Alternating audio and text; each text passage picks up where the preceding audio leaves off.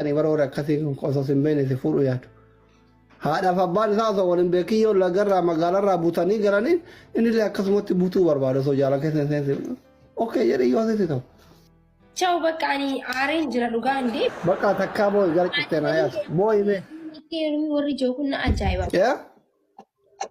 Maal yaasni.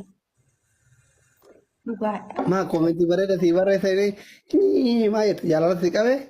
Laa ilaaha illallah. Maal huccuu? Abdurrashiid jaarsummaa ati birrii jaalatta gabbaaran nan deettu dhiisi haafu. Sitti haafu. Ati asuuf haa wajjin maa deemtan qayyanne si namaki? Maal jechuudha asli? Maa shamara kaayiroo baay'ee qayyataa rabar faashiniidha qayyi. Anduba jechuun namni tokko qayyateef ani hin qayyadhu ba'i. Ati yoom qayyatta? Maal jechuu akkana jechuudha?